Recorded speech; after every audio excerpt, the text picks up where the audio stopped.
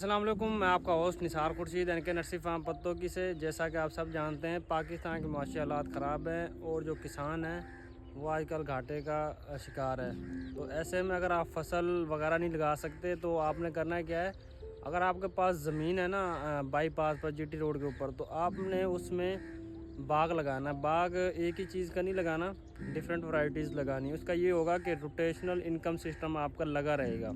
अगर आप कहते हैं ना कि एक ही चीज़ का लगा लें, जिस तरह कुछ लोग लगा देते हैं किन्नू का बाग, तो वो दिसंबर में किन्नू तो सेल कर देते हैं, जनवरी फरवरी तक करते रहते हैं, लेकिन उसके बाद उनका जो है इनकम आनी बंद हो जाती है। वो फिर सारा साल हाथ पे हाथ रख के बैठे रहते हैं। आपने इस तरह करना है, आपने लेमन लगाना है। लेमन आप चाहे बाड़ के तौर पर लगा ले, गावा लगाना है, आपने ग्रेप्स लगाना है, अंगूर की बेल लगा देनी है। वो चाहे आप अंदर लगाएं या बेहतर यही होगा कि आप बॉर्डर पर लगाएं वो।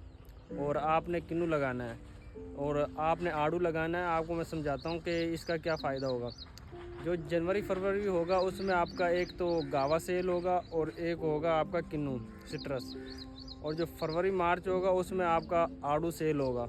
और जो मई से लेकर अगस्त तक आपका जो लेमन और ग्रेप सेल होता जाएगा। सितंबर से लेकर अक्टूबर तक आपका फिर से गावा आ जाएगा। फिर नवंबर से दिसंबर में आपका गावा और किन्नू चलता रहेगा। इसमें आपने एक चीज़ गौर की होगी, जो अमरूद है गावा, वो ज़्यादा आपका यानी अरसा फल देता है। यानी अमरूद साल में 2 दफ़ा फल देता है, आपको उसको आपने ज़्यादा तादाद में लगा देना है। बाकी आप लेमन का तो आप जानते हैं वो सदाबहार होता है, वो भी साल में 2 दफ़ा फल दे देता है, एक गर्मियों में और एक सर्दियों में। जो गर्मियों का फल होता है वो ज़्यादा कारआमद होता है सर्दियों की निस्बत। तो आपने ये चीज़ें लगानी है और इसकी तादाद आप पर डिपेंड करती है आपने किस तरह लगाना है। तादाद किसकी ज़्यादा किसकी कम, वो आपने जिस तरह सेल कर सकते हो उस तरह लगाना। आपके पास अगर मार्केट ज़्यादा नज़दीक है, अगर आपकी बाईपास पर जीटी रोड पर ज़मीन नहीं है, तो जो भाई बाग लगाना चाहता है वो मार्केट के हिसाब से लगाए, जो मार्केट में वो इजीली सेल कर सके।